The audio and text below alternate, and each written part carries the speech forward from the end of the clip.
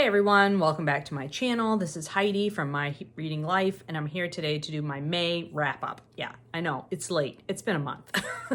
But let's just get to it. I'm going to try to be fairly short and sweet about several of these that I have less to say. And I will not be talking about the books that I read for the BookTube Prize because I have a whole separate video about my ranking and reviews for those books, which you can check out if you're interested. So let's just get to it. So the first book that I finished in the month of May was a science fiction novel that I read with Britta Bowler, and that was Network Effect by Martha Wells. This is the first full-length novel in the Murderbot series, and it was actually a reread for me. I had forgotten until I was like a couple chapters into the audiobook that I had actually listened to this one before. And I, for whatever reason, had completely spaced it. And so, but that's all right. I had a very good time re-listening to it. I didn't, like, once I heard what happened, I remembered it, but I didn't remember the ending beforehand. So it was just like, it was a new book for me. And it was an enjoyable time. The Murderbot series is excellent on audiobook. If you enjoy space opera type science fiction, I would highly recommend this book about a artificial intelligent sort of human augmented robot who is a security unit and who has found in some ways has found freedom from his original what the original intent of his life was, and it's very interesting take on what makes us human and what is humanity. Very much enjoy it. The second book I finished in the month of May was a romance novel that I read with my romance buddy readers, Doris and Katie, and that was Funny Story by Emily Henry, the latest book by Emily Henry. And in this installment, which I very much enjoyed indeed, a young woman's fiance comes home from his bachelor party and tells her that he is no longer going to marry her, that he has fallen in love with his best friend who was his best woman, basically, and he's not leaving her, he's kicking her out of their shared home. And so the best friend was dating a man, was living with a man, so this woman goes and lives with the best woman's fiance. And so it's like basically swapped partners. And these two people who think they have nothing in common find out that they do in fact have quite a bit in common, and that they had really imagined or assumed lots of things about each other. And in the course of living together in forced proximity, they finally figured out. Our main character, she is I can't remember anybody's name, so sorry, that's the reason I'm not saying anybody's names, but she is a librarian, a children's librarian at the local library, and the gentleman involved is he like works at an organic winery, and he is really talented at what he does as well. So it was very interesting for these two characters to come together in this forced proximity romance. Lots of great side characters, lots of people to root for and lots of people to root against. I really enjoyed my time with this story. I liked Funny Story much better than Emily Henry's previous book, Happy Place, which I had a lot of problems with Happy Place.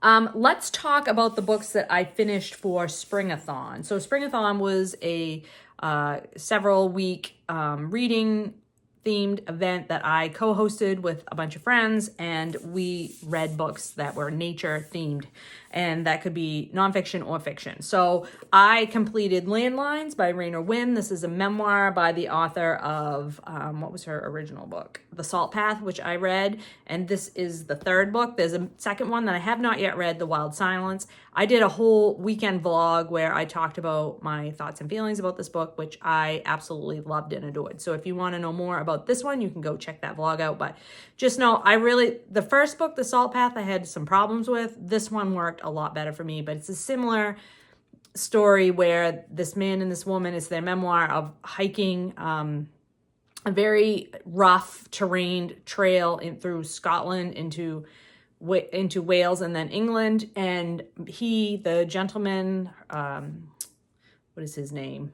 I can't remember what her husband's name is off the top of my head, but he has a terminal illness, and the impacts of that illness on both the hike and their lives. Very much enjoyed this one.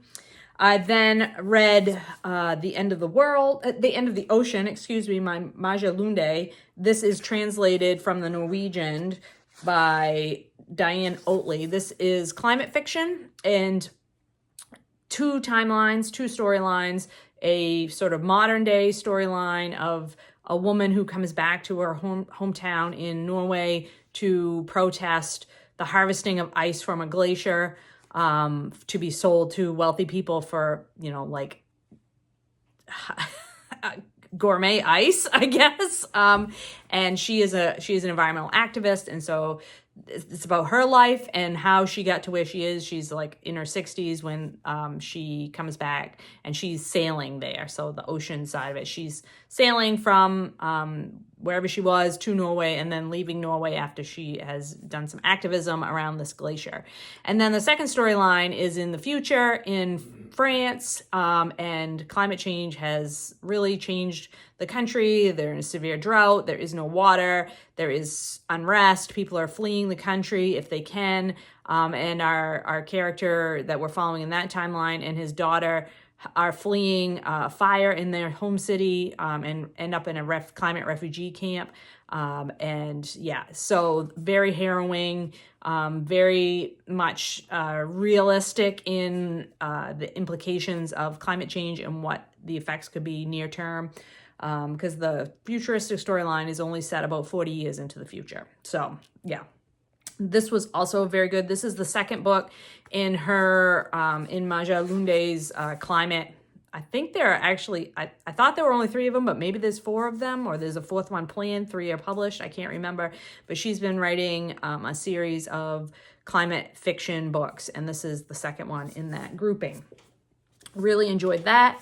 And then last thing that I finished in the month of May for Springathon, I did since finish my 4th book that was on my TBR for Springathon, but in June. But I did finish Winter Pasture, One Woman's Journey with China's Kazakh Herders by Juan. And this is translated from the Chinese. Who is the translator? Jack Hargreaves and Yen Yen. And I actually ended up listening and reading to this. So there are photographs in this book that the author took herself as she traveled with these Kazakh herders. And so there's a group of people that traditionally have moved their sheep, goats, camels, whatnot, from area to area in the northwestern part of China. And they have been nomadic, and they have moved their herd animals, according to the seasons, based on where the animals could find fodder and water. And in the wintertime, they go to this area where the folks live in sort of dugouts in the ground, and that are shored up with frozen manure and covered over with roofs of frozen manure. And this young Chinese woman leaves her town and travels with these herders to document their lifestyle, which is fast disappearing because the government has decided that they are no longer going to allow this sort of nomadic activity of these herders moving around like that the land is going to be sectioned off and people are going to have to stay in place. And this is modern times. This is, in the last few years. I think actually this was 2012. It's just recently been translated into English. So it's been in the last decade or so that this change has occurred. And this book was interesting to learn about these people, this nomadic culture in this part of China.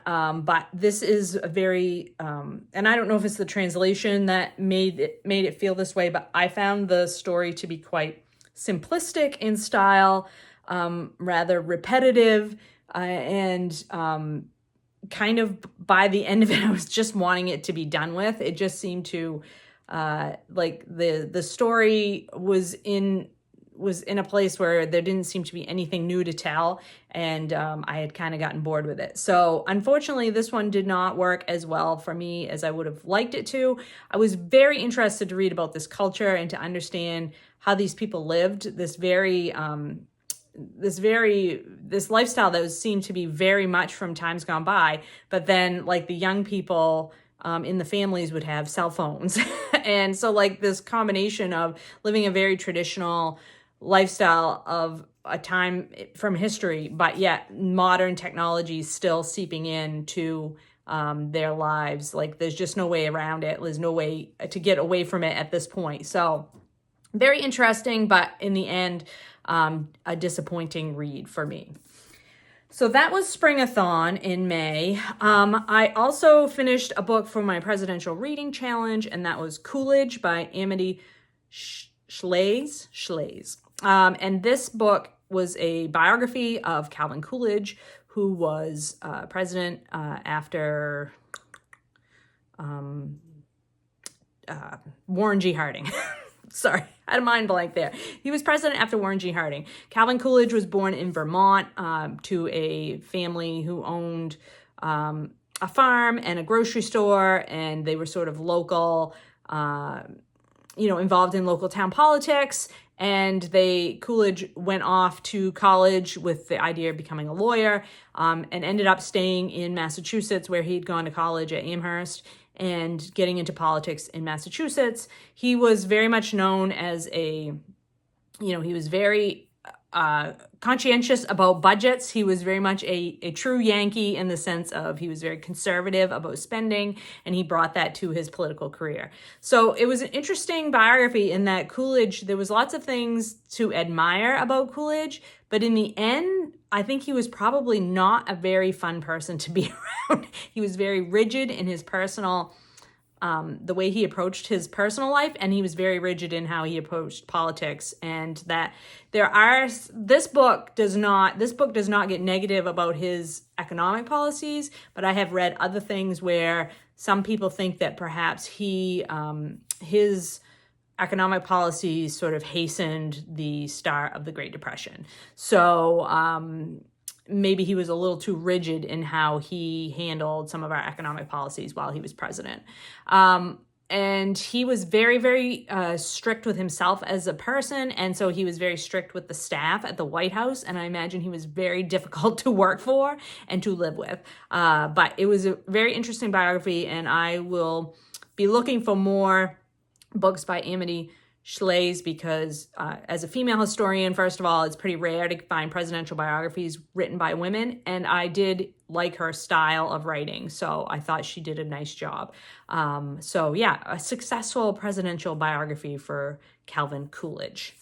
Then I finished another big chunky nonfiction book. This is The Deadline by Jill Lepore. This is a collection of essays by Jill Lepore, who is a female historian. I've read a bunch of her previous works of nonfiction and really enjoyed them. Her book, These Truths, is excellent and highly recommended by me. I buddy read this book with Rachel, and we had such a good time reading this section by section. It's split up into 9 or 10 sections of essays collected together. And she just I love her writing style. She has a very witty and sarcastic way of writing, which I very much appreciate. And she's very knowledgeable about U.S. history, and she brings a lot of disparate things together. And some of the topics that she's addressed in her longer works of nonfiction show up here in some of the essays. I've read one of her book, If Then, is about how computers and surveys and statistics sort of had changed how we looked at politics in America back in the mid 20th century. There's some essays about that in here. There's essays about cryogenically freezing your body and believing that that science is going to evolve to a point where you can be brought back to life in the future. There's just all kinds of stuff in here. There's a lot of things about the impact of American politics, particularly present day politics, on women's rights and reproductive rights and things like that. There's a bunch of essays about that kind of stuff. Just all different kinds of topics. If you have read Jill Lepore in the past and enjoyed her writing, I would highly recommend this. If you like sort of current event type essays where the author's wrapping up some of her personal life with current events, highly recommend for that. If you are interested in American history, highly recommend for that. She is an excellent writer, and I think this is one of the best essay collections that I've ever read. Of course, there's wins and losses, there's hits and misses as there is in any collection. But I think overall, this collection has way more hits than misses for me. So very much enjoyed that one.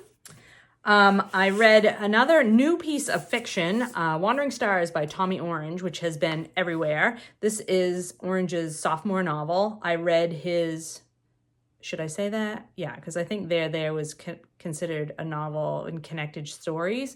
It may be that this is his first novel and that was a short story collection. I don't know. This is the second book that I've read by him in any event. I buddy read it with Sean from Sean Breeze's Books, and I very much liked it, although I ended up, and I think Sean would agree with me, we've discussed this and we are going to actually reread There and then reread Wandering Stars in the upcoming year. Because this book, really, I think you need to have read There pretty recently in order to get everything that Orange is trying to say in this book. So this is a story that's told in kind of two parts. The first is historical fiction, and the second half of the book is contemporary. And the historical part are the ancestors of the folks in the latter half of the book. And we're following this family of indigenous folks as they endure colonization in the American continent and the impacts of residential schools and how that is brought forward into future generations and impacts future generations and current generations of indigenous folks, and what it's like to live as an indigenous person not on a reservation, but in the wider white American community. This book also deals with addiction, and the characters in the contemporary part of the book are characters that first appeared in There by Tommy Orange. And that's why I feel like this book would be a lot stronger if you had recently read There, because I really do feel like the two pieces go together, like they're of a piece. They're telling a broader story together. There is some beautiful, beautiful writing in here. Like Tommy Orange turns a phrase, like sometimes it just strikes you like the brilliance of what he's just said, and you have to like stop and reread it, like stuff like that, like really striking. But overall, I would say the historical part of this did not work for me as well as the contemporary section. And the end was a little bit weak, in my opinion. So overall, I liked this book. I admire this book. I think that Tommy Orange is this really fantastic writer and is destined for great things, but I didn't love every aspect of the total story. So there's that one. I then read book 2 in A Court of Thorns and Roses series by Sarah J. Maas. That is A Court of Mist and Fury is book 2. And it was a good time. I read it on ebook, and I actually liked book 2 even better than I liked book 1. Book 1, it was a good book. It was a good vacation read. It had a lot of flaws. The characterization was not particularly spectacular. I didn't really like the male love interest very much in that first book. The second book takes a 180-degree turn. I'm not going to talk about it in any depth because I think I would spoil what was happening, and I don't want to spoil it for anybody who hasn't read this book, even though probably everybody's already read it that's interested in it. But I enjoyed book 2 very much more than book 1, and I'm looking forward to reading book 3 eventually, hopefully in the not too distant future. And then lastly, I finished This Other Eden by Paul Harding. This was a buddy read with Patrice and Rachel. This is historical fiction about an island off the coast of Maine that was the home to people of African descent, people who had been slaves and had, after slavery, had moved to this island to form a community, and they had lived there for a couple of generations. And this is in the early part of the 1900s, or maybe late 1800s. It sort of follows the family from their first arrival on the island in the late 1700s. And then it comes into the early 20th century, what happens to the descendants in the early part of the 20th century. So this island actually did exist for real, Magala Island off the coast of Maine. This was a real place, but these people are imagined people. This is fictional imagining of what the people were like on this island and what happened to them. Because in real life, what happened to them was the government of Maine at the time decided that these people shouldn't live on the island anymore, that they needed to, there was a question the morality of the families that lived on the island, questioned their intelligence, and basically some of them were removed and put into institutions, and others were just driven off. And so this book imagines those families and what happened to them. This book has some of the most beautiful nature writing I have ever read.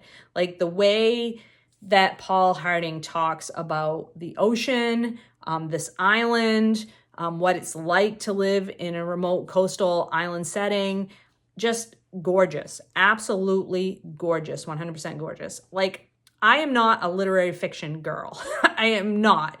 And there were aspects of this book that are not my favorite kind of thing. Like the ending for me was not my favorite. But the way that these families, he wrote about these families with such care and understanding. And you see the island from their viewpoint, and then you see the island from the viewpoint of the white people that come to like break everything up. And it's heartbreaking and heartrending, the way that these Black folk were treated, the way that eugenics played into this story. I loved all of that. It was so well done.